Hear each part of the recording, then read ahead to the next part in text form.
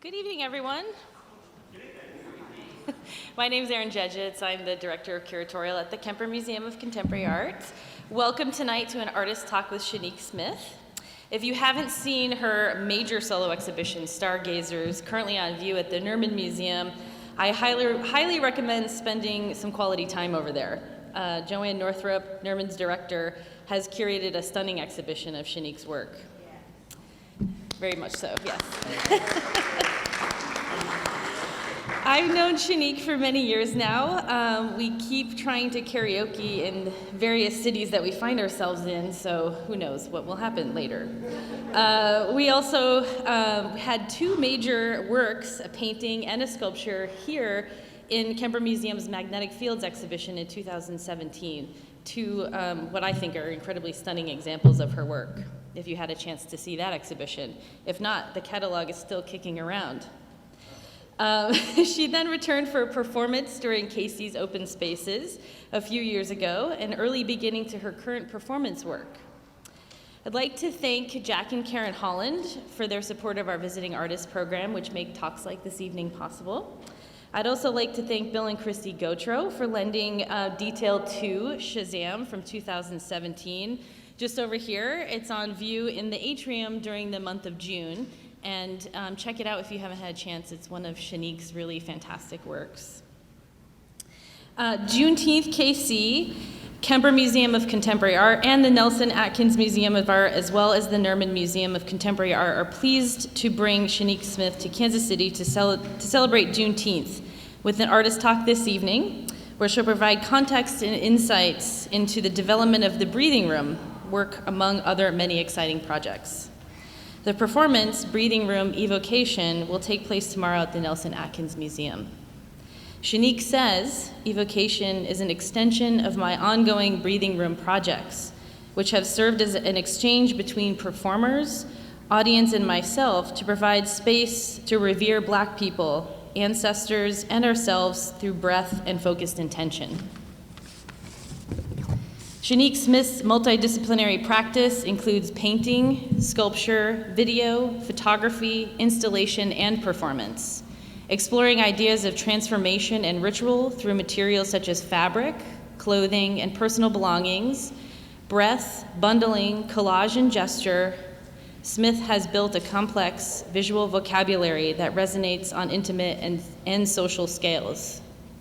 Born in Baltimore, residing in Los Angeles, Smith's work has been exhibited by many prestigious institutions, including Baltimore Museum of Art, Brooklyn Museum, LACMA, and the Studio Museum of Harlem, as well as the Kemper Museum and the Nerman Museum. Juneteenth is the oldest known celebration commemorating the ending of slavery in the United States. Traditionally, Juneteenth is known as a cultural event that celebrates the emancipation of enslaved people in America in 1865. Brought to Kansas City in 1980 by Horace M. Peterson III, founder of the Black Archives of Mid-America, Inc., Juneteenth KC is an annual heritage celebration and platform that celebrates the emancipation of enslaved Africans in America and provides the backdrop to pay tribute to the founders of our community.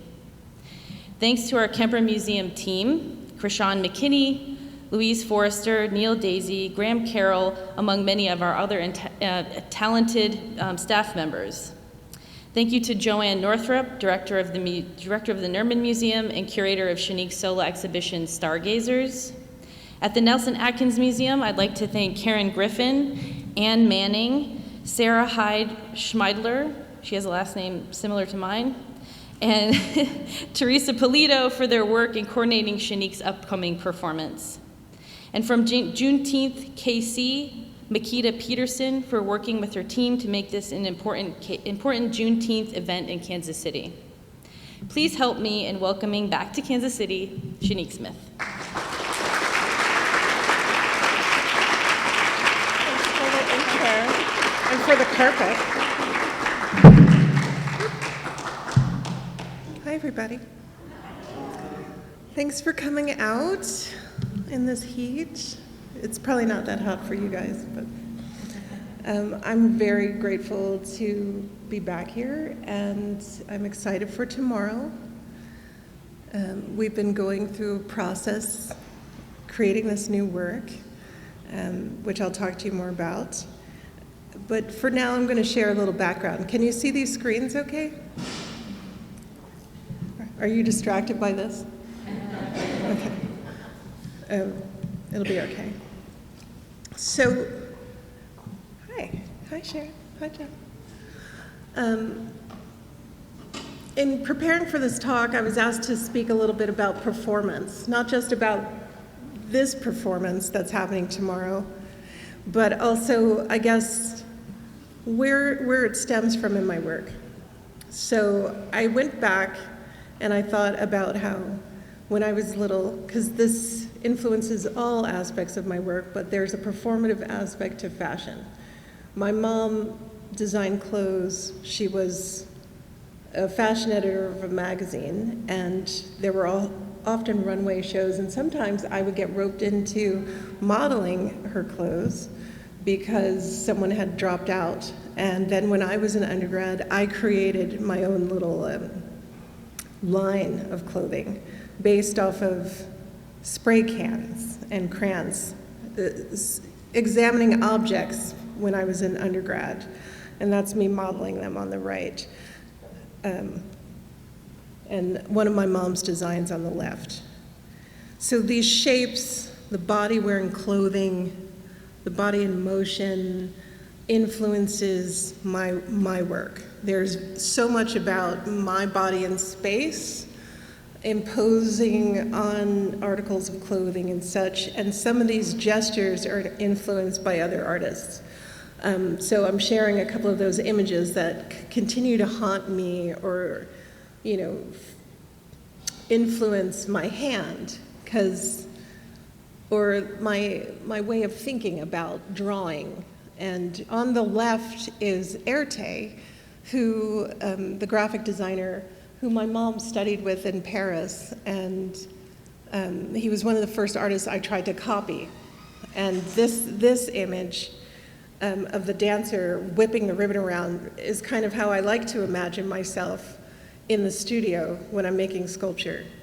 And on the right is Carolee Schneemann's work up to and including her limits, where she was on a swing and moved around the space, drawing improvisationally in the space. So the two of those pieces, ancient sculpture, Anna Mangetta, her works where she used paint or blood to make marks with her arms on the wall, dragging. If you don't know these artists, check them out. On the far right is Bill T. Jones with Keith Haring's writing on his body. Looking at him as a dancer, looking at these artists, looking at ancient sculpture, these things have influenced my work in the beginning. So 2002, I started working with calligraphy, abstracting words. I have a background in graffiti and had studied Japanese calligraphy. So at the time, I was cutting it, pasting it, doing it on the wall, making things that were fleeting and also unscripted. And I started to experiment with painting on people's bodies. And then I started to experiment with breath. This is from grad school, a little clip of, this is a sound that I created to create this movement video piece.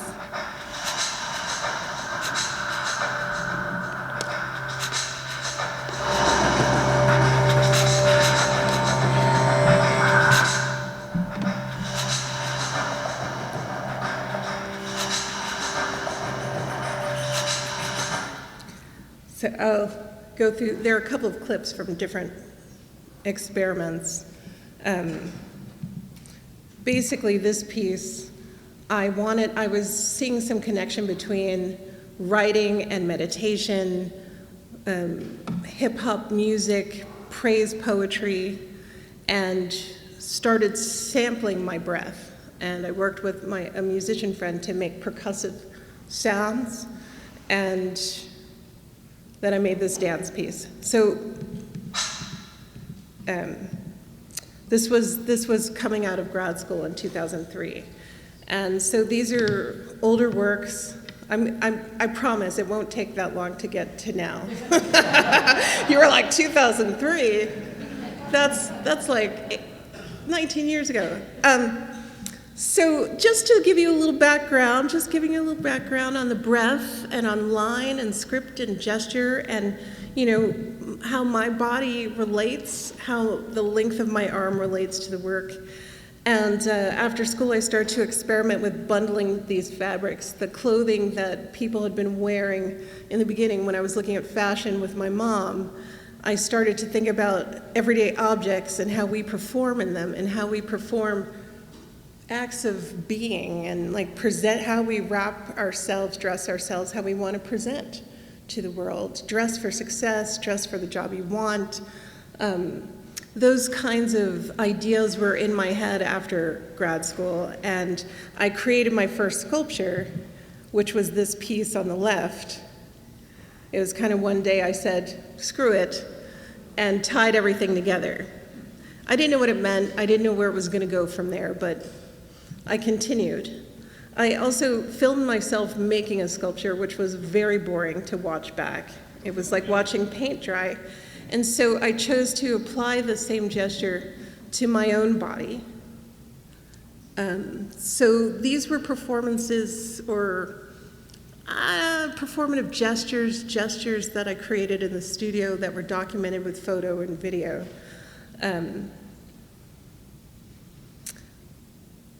But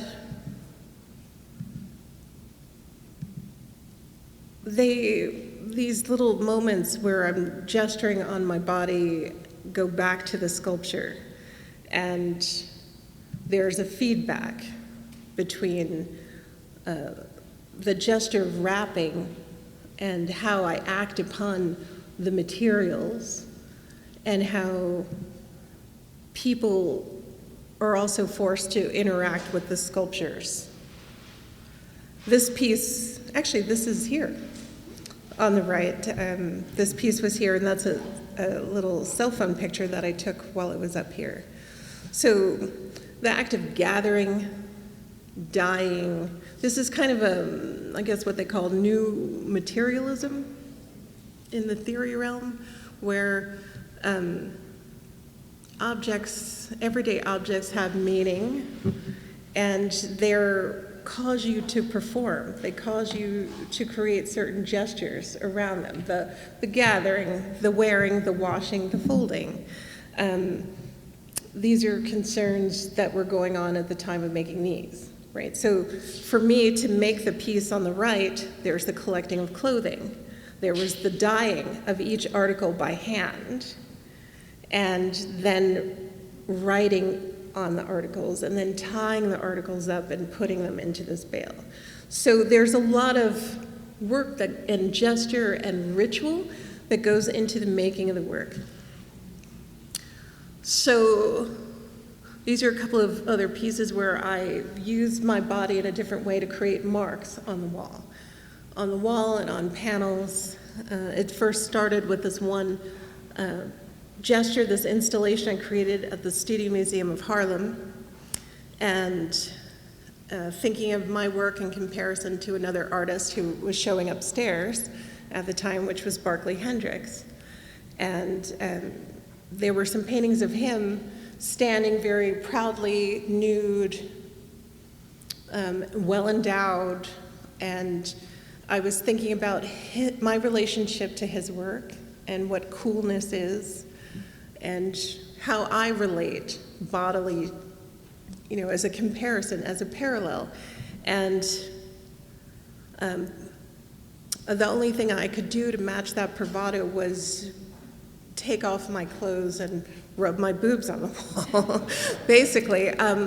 But then the arm, this is the first time I had ever done it, too, because I always thought of body printing as a kind of hippy-dippy sort of thing to do, let's make body prints. But to me, it was another way of using my hand and body in the space, and to leave those impressions, I started to reflect on gestures that we make as women that are kind of cliche or have meaning, and I created a catalog of marks, like punching the wall and my hair is covered in it, and like creating these frenzied gestures and then combining them later on again with sculpture. Because I thought about actually filming myself doing this, but I would rather have the audience try to understand or glean what the marks came from, so that there is some mystery or discovery happening for you or for the viewer.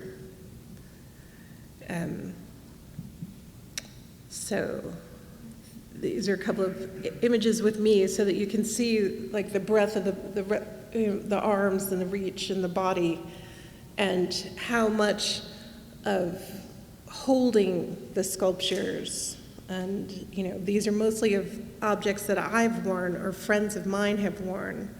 So it relates a lot to my body in space and my experience in the world as a woman, as a Black woman from Baltimore, and the people around me. And so, like I said, the act of creating it is a performance in and of itself. It's something that I hadn't really, planned on in making my work, that it would become this, and something that I don't really ever acknowledge so much, because there are people who are engaged more directly with performance art. But the ritual of making and these ideas of life and death and birth and rebirth and transformation of objects that are wrapped up in the objects are essential to everything that I'm making. So this is I've done 6 works now where I've collaborated with different dancers, and we've created movements that relate to the work, gestures that relate to the work. This is a piece with an aerialist.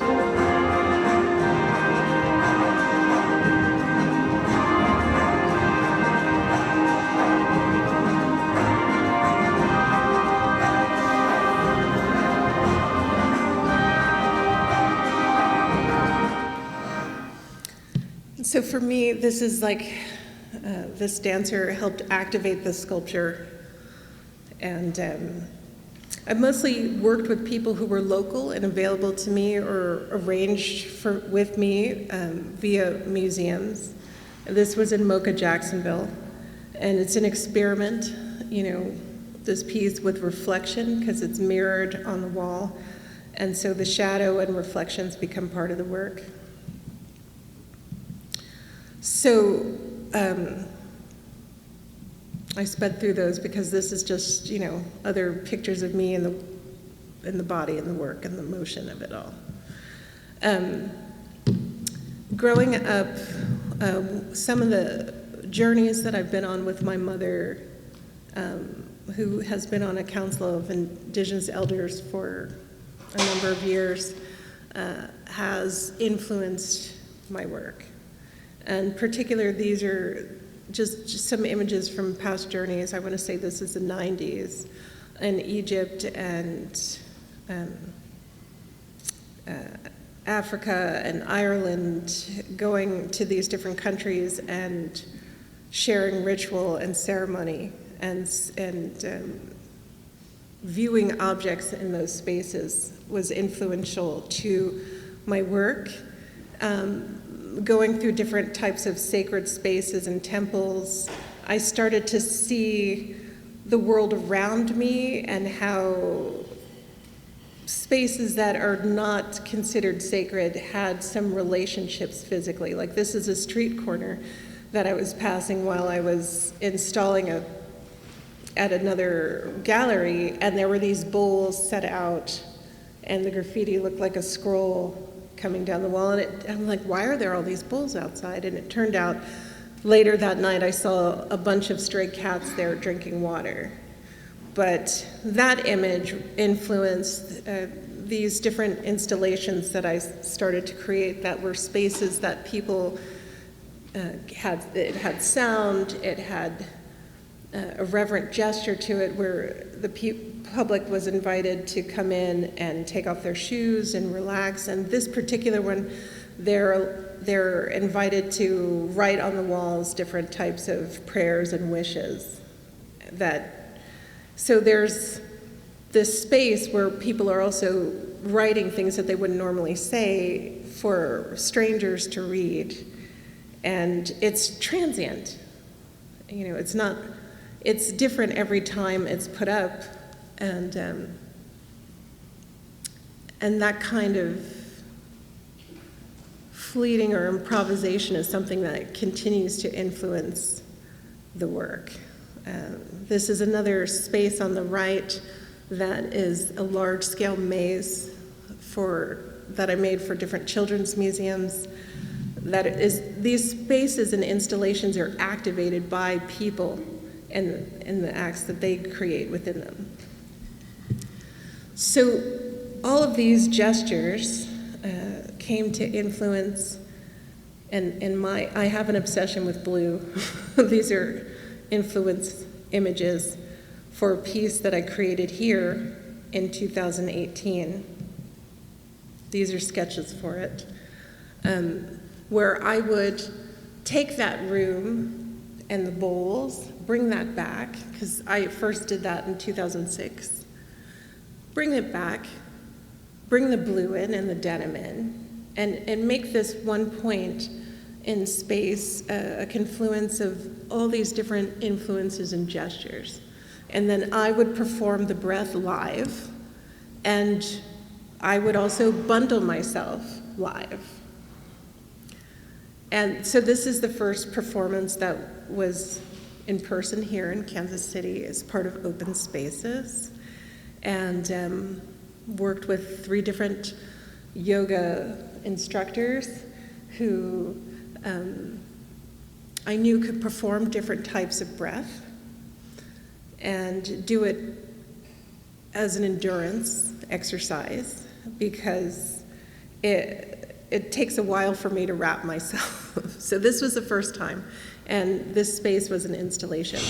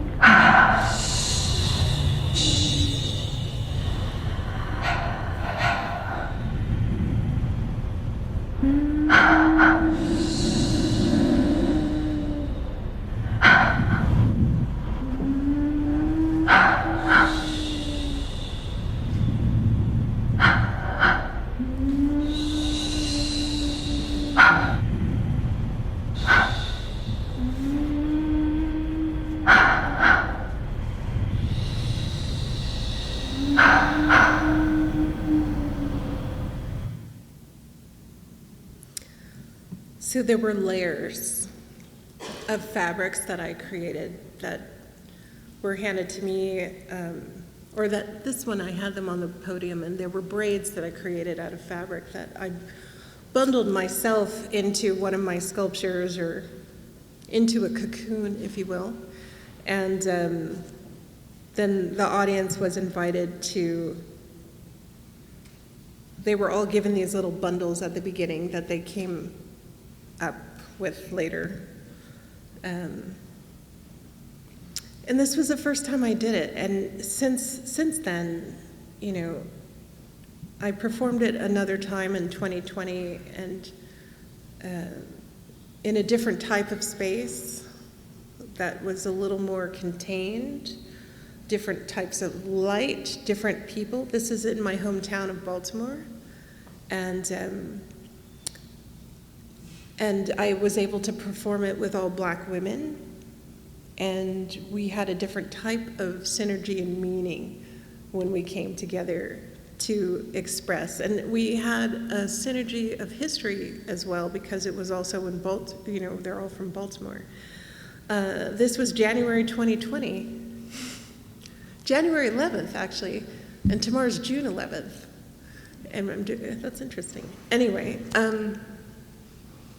it was we performed it twice that day. It was successful work. I also created a room scent, so there's sound and there's smells and, people, it's a very intimate experience. And I think that I become comfortable being wrapped. I leave the room, I go into a deeper meditative state, and I'm not uncomfortable. So as the work has developed, and I wanted to do it again after 2020, and I wanted to present it as a live stream, in order to do that, I had to create a film. And so the more recent work is this piece where I've cast someone to play that role, or to be in that position to wrap themselves, who is a movement artist, Jessica Manuel. This was shot in a studio in LA and also on location. And Jessica was not comfortable with that. And it gave her a different, there were struggles with being wrapped. And it was a different experience for her. And I started to add different breaths. This is Georgia Muldrow, who's an amazing singer. And so here's a couple of clips of that, leading us into tomorrow's performance.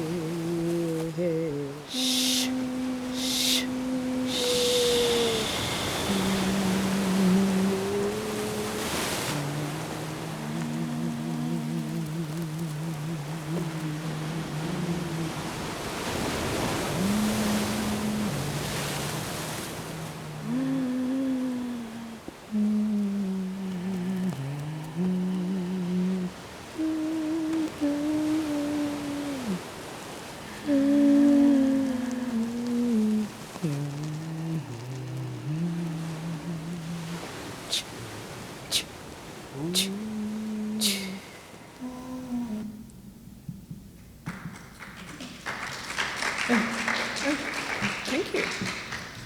It's Georgia's voice, right? There was catharsis for all of us during the process of making this. So I have a framework and ideas, concepts, visually what I want to do with outfits and creating textiles and things like that, but then I like to work improvisationally with people, and we collaborate, and their energy and their ideas and experiences I'm grateful that shines into the work. So it's different every time, and working that way also allows me and allows us to embrace imperfection. There's no time to worry whether it's good, because those things can weight you down. And for me, this is a kind of feeling of freedom to work that way. And it's also, when you're creating a live piece like that, it's that one time. Sometimes it's documented, and sometimes it's documented very well, and you get to see it again. But most of the time, it's if you're there, you're there. It's like, if you don't know, you missed it, and that there's something special within that, between us and the audience, and between us as we're making it, which has been really great working on this piece. I want to say one other thing about the film, is that between 2020 and now, I had been doing a lot of research into indigo, and different types of feelings and feeling like attitudes towards it in different cultures, and its sacred nature and its rarity. And I knew that it was a cash crop alongside cotton here during slavery. But what I did, and that's part of why I was drawn to it, and denim, and I started collecting vintage cloths, but in my research between 2020 and making this film, I learned more that cloth was exchanged for life, which I didn't know. I knew kind of, fabric is money. Silk has been exchanged, for years, but I had no idea that you could take a few measures of indigo and buy a slave. And so learning that and seeing those ledgers, affected me, and how much fabric was I wrapping myself in, and how many, is this a family? So I wanted to, emphasize that in the film, and I created new fabric for her to wrap herself in. That's much longer. I elongated the fabric and put more emphasis in the lengths of it because of that. Now, tomorrow, I had these ideas. I had an idea for like a ton of people to be part of this piece. And through resources and timing and, the work, the ideas evolve, through who you're collaborating with and availability, and as your ideas shift. So tomorrow, I'll be performing with two amazingly talented women, Camry Ivory and Kat Mahari, who are amazing, and so thankful that they have gone with me on this road, because, I don't have a script. We're creating this piece together, and through the act of creating the piece, we're unraveling things within us and trying, getting to know each other, and hopefully that will translate. Since I've made the film and have a film background, there's some projected imagery that will be behind us tomorrow, and it's different. It's on a stage in a theater, so that's new and different as well. So different sounds, different layers. This breathing room is an exercise that is evolving, and I'll be continuing to work through, because I have a lot of ideas and I can't pack them into just one piece. So each one is a different strand of the same thought. And that's my talk. On performance.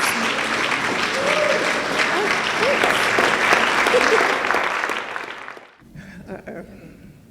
Can you speak more on the relationship of your research with indigo and its relationship to the enslaved Africans and the weight of the fabric and the layering that then happens within the fabric, like how you showed it in one of your sculptures? I think that's very interesting to me, how you have this relationship, the psycho-material relationship to the materials that you're using sculpturally in performance. Okay. So research in indigo is reading books and articles and visiting some of the places where it's been made. What form does it come Indigo? So indigo is a plant. It's a plant that, I mean, there's a couple of different types of indigo plants. Some here, in the U.S., there was already a plant that's kind of called a woad, like a weaker dye of a blue. There was a blue dye that came from a plant that was here. But some Africans brought seeds of things with them when they came over, some smuggled things on slave ships. And there were people who were in, like, South Carolina is mainly where it was cultivated here, on plantations there. And it was just as prevalent or like money-making as cotton was during that time. And I'm trying to remember all the questions. So the relationship to enslavement in Africa is complicated. This is just in my perspective from the things that I've taken in, because it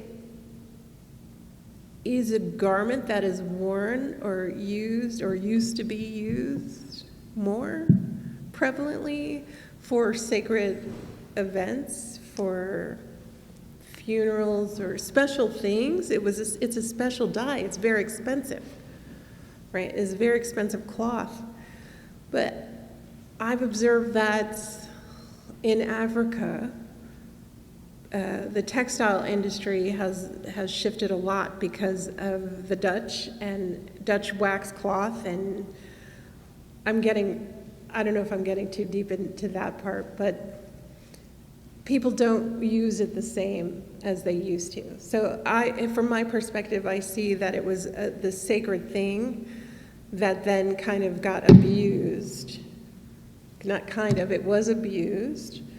And it's kind of tainted in a way, from my perspective. Like, it went from this sacred thing to this thing that was traded for your life and that you had to make as an enslaved person happen. For me, I also see how it's so intertwined, just like the history of slavery, with America as denim. And as an individual wearer, like, jeans are prevalent no matter what part of the culture you're in. And so it's just this fabric that's seeded, our culture. And as like a cultural identity, like red-blooded American kind of thing that has this deep, rich history. And for the clothing and the packaging of things, it was an article that I read about used clothing that set me on the path of making the sculptures, and how used clothing, most of our used clothing, it gets packaged away and into bales and shipped to different countries. When you have an altruistic notion of giving something away, we have stuff in our thrift stores and we go thrifting and stuff, but most used clothing gets shipped overseas. And it's graded A through D, and gently used things go to European countries, and some things like C and D can go to poorer countries, and a lot of things go to Africa. And this one article follows a woman's T-shirt, is a brilliant article, I think it was in the New Yorker, from the Upper West Side all the way to Africa in a bale, and the woman, it was like one of her university shirts, and it got, dyed pink in the wash because she put something red in it, and she gave it away, and it got sold and resold into a chunk, and those chunks are taken off and sold individually. So it's a package about this big, probably weighed 50 pounds, and it was sold to a man. He put it on his back, he carried it up a hill, and he unfurled it and sold the clothes that were in it. And an older black man, an African man in Africa, bought the shirt because it was from here. So there's idealism placed upon our things out in the world, and there's this unspoken exchange between, an invisible exchange between him and this woman. They'd never meet, but they have the same shirt, So, and all that is just to say, I'm fascinated sometimes disturbed, sometimes inspired, but completely intrigued by this thing that we take for granted, the shirt off our back, and how it's one of the most important inventions that we've created as human beings, fabric, and how we are all related through it, what we have and don't have, and how it connects us culturally and internationally, globally. Okay. Hi, thank you for the talk.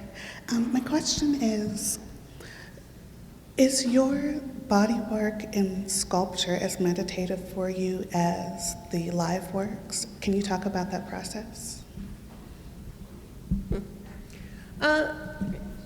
Sometimes.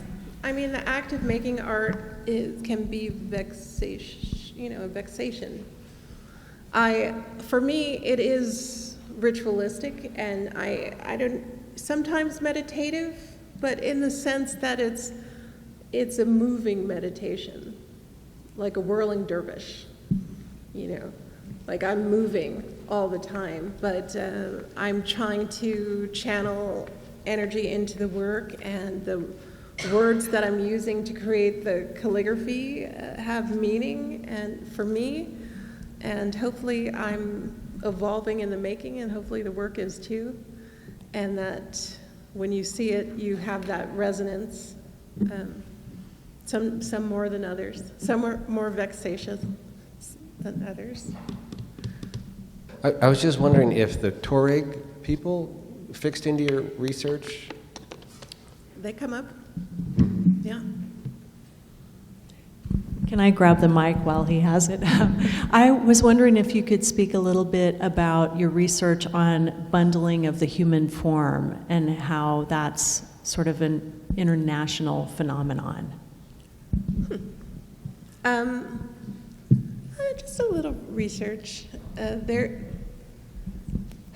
Yeah, I have talked about that. I guess I did go off on a tangent. Joanne came to visit my studio, and I guess it's the act of bundling things is a natural thing. We bundle babies in swaddling clothes, and we also bundle our people when they die. They're wrapped. And beyond that, I know that there are some people who have used, bundles, creating little prayer ties to speak your intention into a bundle and make an intention known. I know that there's a movement in Japan right now where you can go and have yourself swaddled.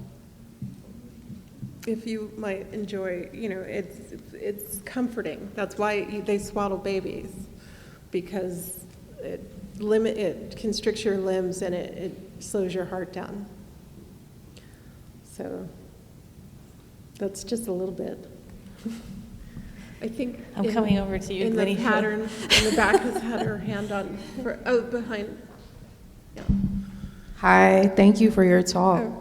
One thing that I was thinking about as you're speaking is the connection to water in your work. And I'm thinking about water as in the color blue, water in the relation to the organic forms that you draw, and it's present on the fabric, but also like water relation to the middle passage that's present in your work too. And so I'm thinking about, do you think about water as an intentional material or like media in your work in the same ways that you think about fabric and indigo? That's a great question. I do think about water a lot.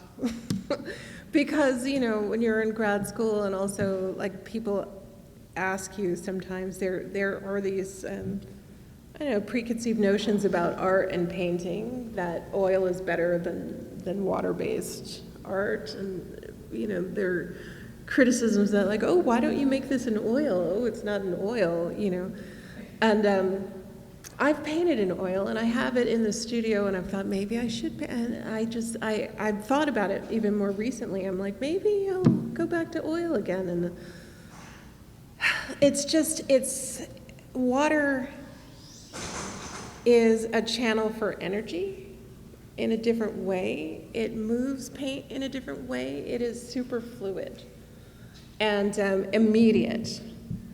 It dries fast. And over the COVID, I also started making my own inks. When people were baking bread, I was making ink. I was actually fasting because I had gone, Art Basel had happened, and I had 2 shows open, and I was wining and dining, and I had lots of crab cakes and champagne, and I thought, oh, let me do a little cleanse, And then 2 days later, George Floyd happened.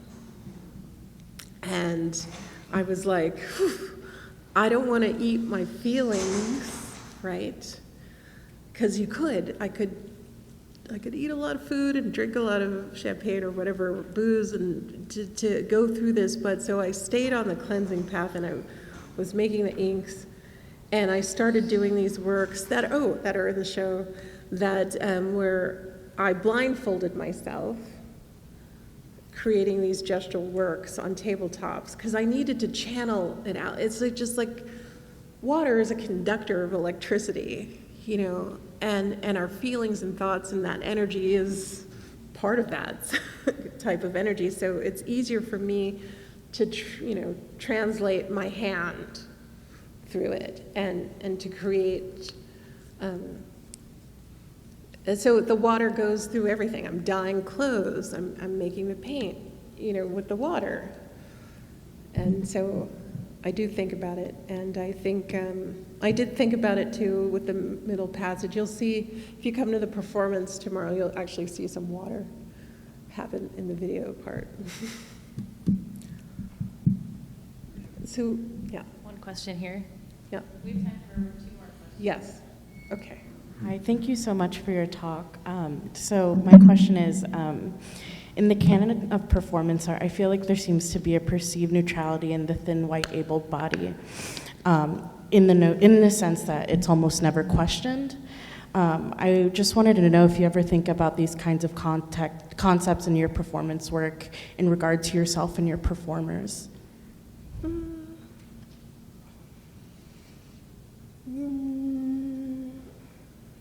Yeah, I guess so.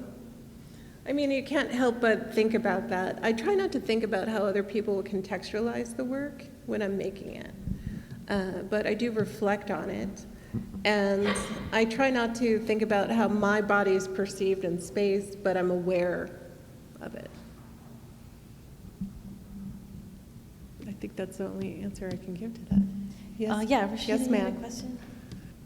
I had a question about your relationship with breath and how that came about in your work, how you went about that and what inspired you to include it in your work.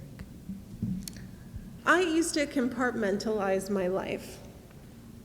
So when I was young, we were going to different types of meditation circles, and my mom had a radio show that was called Through the Mind's Eye, or The Mind's Eye, on the Morgan State Station in Baltimore. It was a meditation show in the early 80s, and she hosted black physicists who would come in and talk about sacred geometry, and there were it was the New Age before it was called the New Age, and we would go to the Tibetan Cultural Center. I feel like that's one of my first experiences of breathing together in a group. It was going to the Tibetan Cultural Center. We went there when the Dalai Lama first came to the US. There was a reception and a greeting for him, and we all meditated and breathed with him. And that was an informative experience when you're 9. But then when you're 9, how do you tell your friends in school? I think it was in Catholic school too at the time, that you were breathing with lamas, right? So I started to compartmentalize things, the graffiti in high school and art over here, and these other things happening in the background with my family here. Also because I didn't want anyone to judge these things, these explorations, or comment on it if they didn't understand. I didn't need to talk about it. So, but years go by and you start thinking about what's really important to you and these things that are influencing the work that I was just depicting when I was making figurative work. I was illustrating these things. And how can I not just illustrate these things, but actually make the work itself as a meditation? And when I unraveled that, writing came out. And the act of repeating the words became a chant in my head, and these gestures, like in the painting there, and then cutting them and abstracting them and composing them, you know, at the end. So within that, I knew that breath was always present, and I knew I was exploring these spiritual themes in the work in school, and so I started to sample the breath and use it in the background. So there'll be installations where there's a sound piece, but like I said, that was the first time I performed it live. I guess it took a while for me to have the confidence to do that and be given the space to do that. Also because when I was in school and I started to talk about these things, I was critiqued out of it. I was told not to talk about that because in some ways all art has some spiritual level to it. But I think that, you know, some of those, I knew it was wrong, but it did force me to think in terms of my work more materially and how it relates in the greater scheme of art history, and then come back to those themes and highlight them. So breath is important. When you don't have it, you're not alive. And so contemplating the breath and how we use it and the different types of breath and how they affect you is, you know, a part of the work and my life. So good questions. And I think that was the last two. Yes. I think Erin's ready to have cocktails and things. Thank you so much, everyone. Thank you for your questions.